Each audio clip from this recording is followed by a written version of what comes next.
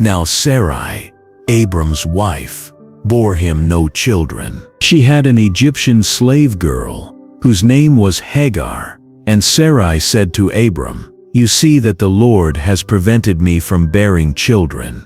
Go in to my slave girl. It may be that I shall obtain children by her." And Abram listened to the voice of Sarai. So after Abram had lived 10 years in the land of Canaan, Sarai, Abram's wife, took Hagar the Egyptian, her slave girl, and gave her to her husband Abram as a wife. He went into Hagar, and she conceived, and when she saw that she had conceived, she looked with contempt on her mistress. Then Sarai said to Abram, "May the wrong done to me be on you. I gave my slave girl to your embrace, and when she saw that she had conceived, she looked on me with contempt. May the Lord judge between you and me." But Abram said to Sarai, "Your slave girl is in your power. Do to her as you please." Then Sarai dealt harshly with her, and she ran away from her. The angel of the Lord found her by a spring of water in the wilderness, the spring on the way to Shur. And he said, "Hagar, slave girl of Sarai, where have you come from, and where are you going?" She said, "I am running away from my mistress Sarai." The angel of the Lord said to her, "Return to your mistress, and submit to her." The angel of the Lord also said to her, "I will so greatly multiply your offspring, that they cannot be counted for multitude." And the angel of the Lord said to her, "Now you have conceived, and shall bear a son. You shall call him Ishmael, for the Lord has given heed to your affliction. He shall be a wild ass of a man, with his hand against everyone, and everyone's hand against him. And he shall live at odds with all his kin." So she named the Lord who spoke to her, "You are El Roi," for she said, "Have I really seen God and remained alive after seeing him?" Therefore the well was called Beer Lahai Roi. It lies between Kadesh and Bered. Hagar bore Abram a son, and Abram named his son, whom Hagar bore, Ishmael. Abram was 86 years old when Hagar bore him Ishmael. When Abram was 99 years old, the Lord appeared to Abram and said to him, "I am God Almighty. Walk before me and be blameless, and I will make my covenant between me and you, and will make you exceedingly numerous." Then Abram fell on his face, and God said to him, "As for me, this is my covenant with you. You shall be the ancestor of a multitude of nations. No longer shall your name be Abram, but your name shall be Abram, for I have made you the ancestor of a multitude of nations. I will make you exceedingly fruitful, and I will make nations of you, and kings shall come from you. I will establish my covenant between me and you, and your offspring after you, throughout their generations, for an everlasting covenant, to be God to you, and to your offspring after you. And I will give to you, and to your offspring after you, the land where you are now an alien, all the land of Canaan, for a perpetual holding, and I will be their God." God said to Abram, "As for you, you shall keep my covenant, you and your offspring after you, throughout their generations. This is my covenant, which you shall keep, between me and you, and your offspring after you. Every male among you shall be circumcised. You shall circumcise the flesh of your foreskins, and it shall be a sign of the covenant between me and you. Throughout your generations, every male among you shall be circumcised, when he is 8 days old, including the slave born in your house, and the one bought with your money from any foreigner who is not of your offspring. Both the slave born in your house, and the one bought with your money must be circumcised. So shall my covenant be in your flesh, an everlasting covenant. Any uncircumcised male who is not circumcised in the flesh of his foreskin shall be cut off from his people. He has broken my covenant." God said to Abraham, "As for Sarah your wife, you shall not call her Sarai, but Sarah shall be her name.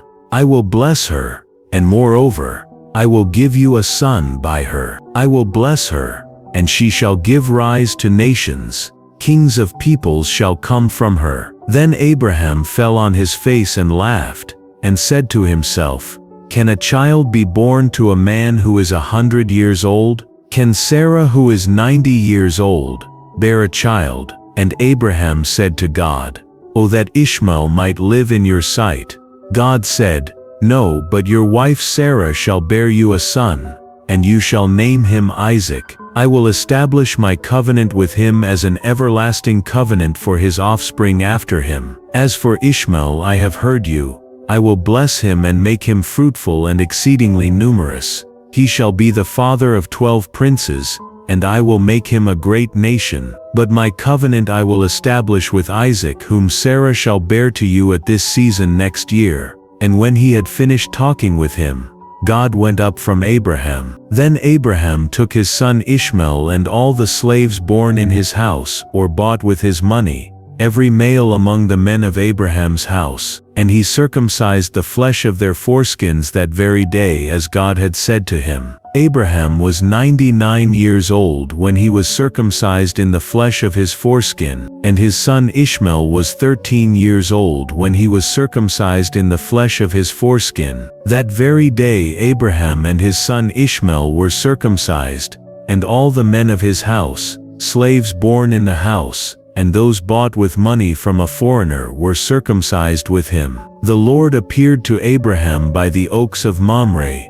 as he sat at the entrance of his tent in the heat of the day. He looked up and saw 3 men standing near him. When he saw them, he ran from the tent entrance to meet them and bowed down to the ground. He said, "My Lord, if I find favor with you, do not pass by your servant. Let a little water be brought, and wash your feet, and rest yourselves under the tree. Let me bring a little bread, that you may refresh yourselves, and after that you may pass on, since you have come to your servant."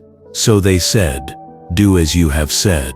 And Abraham hastened into the tent to Sarah, and said, "Make ready quickly 3 measures of choice flour, knead it, and make cakes." Abraham ran to the herd, and took a calf, tender and good, and gave it to the servant, who hastened to prepare it. Then he took curds and milk, and the calf that he had prepared, and set it before them, and he stood by them under the tree while they ate. They said to him, "Where is your wife Sarah?" And he said, "There, in the tent."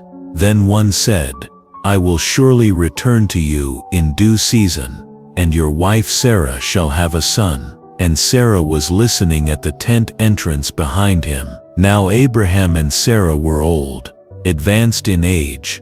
It had ceased to be with Sarah, after the manner of women. So Sarah laughed to herself, saying, "After I have grown old, and my husband is old, shall I have pleasure?" The Lord said to Abraham, "Why did Sarah laugh, and say, Shall I indeed bear a child, now that I am old? Is anything too wonderful for the Lord? At the set time I will return to you, in due season, and Sarah shall have a son." But Sarah denied, saying, "I did not laugh," for she was afraid.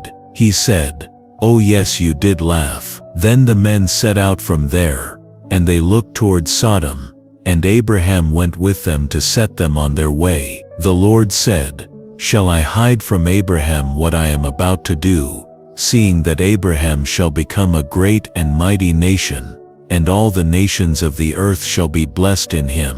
No, for I have chosen him, that he may charge his children, and his household, after him, to keep the way of the Lord, by doing righteousness and justice, so that the Lord may bring about for Abraham what he has promised him." Then the Lord said, "How great is the outcry against Sodom and Gomorrah, and how very grave their sin! I must go down and see whether they have done altogether according to the outcry that has come to me, and if not, I will know." So the men turned from there and went toward Sodom, while Abraham remained standing before the Lord. Then Abraham came near and said, "Will you indeed sweep away the righteous with the wicked? Suppose there are 50 righteous within the city. Will you then sweep away the place and not forgive it for the 50 righteous who are in it? Far be it from you to do such a thing, to slay the righteous with the wicked, so that the righteous fare as the wicked. Far be that from you. Shall not the judge of all the earth do what is just?" And the Lord said, "If I find at Sodom 50 righteous in the city, I will forgive the whole place for their sake." Abraham answered, "Let me take it upon myself to speak to the Lord, I who am but dust and ashes. Suppose 5 of the 50 righteous are lacking. Will you destroy the whole city for lack of 5? And he said, "I will not destroy it if I find 45 there." Again he spoke to him, "Suppose 40 are found there." He answered, "For the sake of 40 I will not do it." Then he said, "Oh, do not let the Lord be angry if I speak. Suppose 30 are found there." He answered, "I will not do it, if I find 30 there." He said, "Let me take it upon myself to speak to the Lord. Suppose 20 are found there." He answered, "For the sake of 20 I will not destroy it." Then he said, "Oh, do not let the Lord be angry if I speak just once more. Suppose 10 are found there." He answered, "For the sake of 10 I will not destroy it." And the Lord went his way when he had finished speaking to Abraham, and Abraham returned to his place. The 2 angels came to Sodom in the evening, and Lot was sitting in the gateway of Sodom. When Lot saw them, he rose to meet them and bowed down with his face to the ground. He said, "Please, my lords, turn aside to your servant's house and spend the night and wash your feet. Then you can rise early and go on your way." They said, "No, we will spend the night in the square."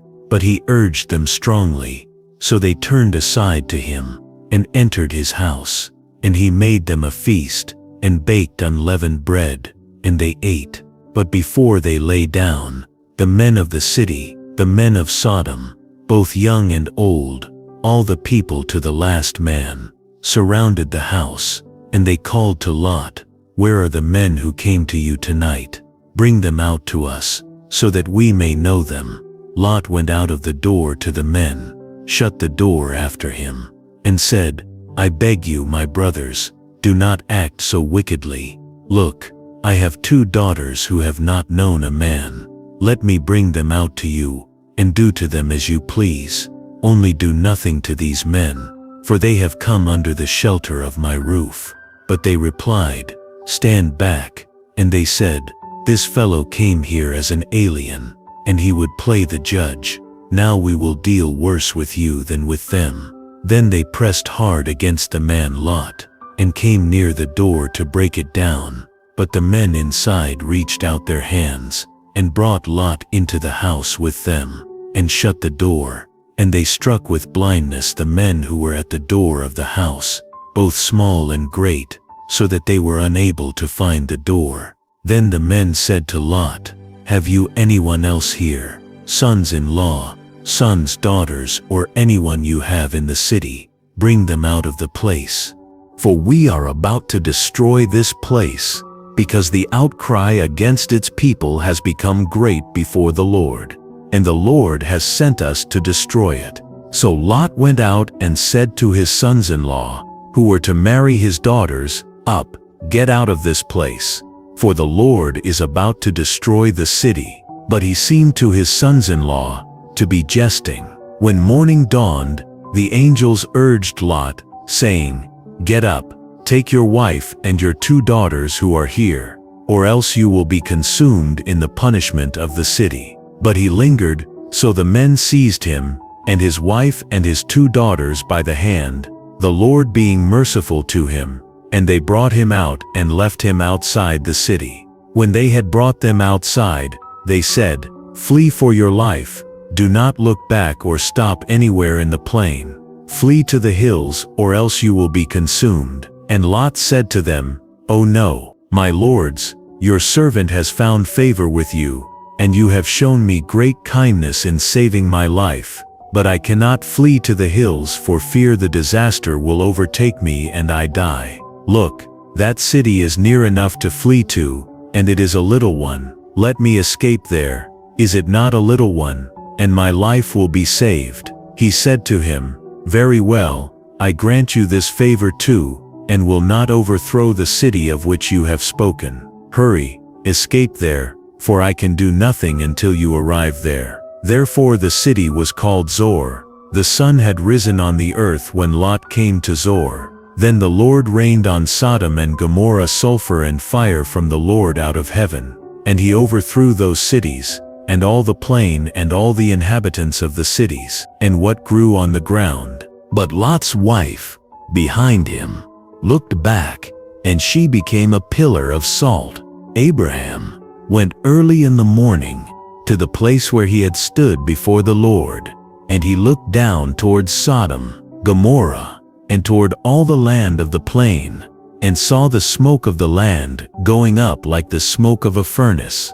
So it was that, when God destroyed the cities of the plain, God remembered Abraham, and sent Lot out of the midst of the overthrow, when he overthrew the cities in which Lot had settled. Now Lot went up out of Zoar, and settled in the hills with his 2 daughters, for he was afraid to stay in Zoar. So he lived in a cave with his 2 daughters. And the firstborn said to the younger, "Our father is old, and there is not a man on earth to come in to us after the manner of all the world. Come, let us make our father drink wine, and we will lie with him, so that we may preserve offspring through our father." So they made their father drink wine that night. And the firstborn went in, and lay with her father. He did not know when she lay down or when she rose. On the next day, the firstborn said to the younger, "Look, I lay last night with my father. Let us make him drink wine tonight also. Then you go in and lie with him, so that we may preserve offspring through our father." So they made their father drink wine that night also. And the younger rose, and lay with him. And he did not know when she lay down or when she rose. Thus both the daughters of Lot became pregnant by their father. The firstborn bore a son, and named him Moab. He is the ancestor of the Moabites to this day. The younger also bore a son, and named him Ben-Ammi. He is the ancestor of the Ammonites to this day.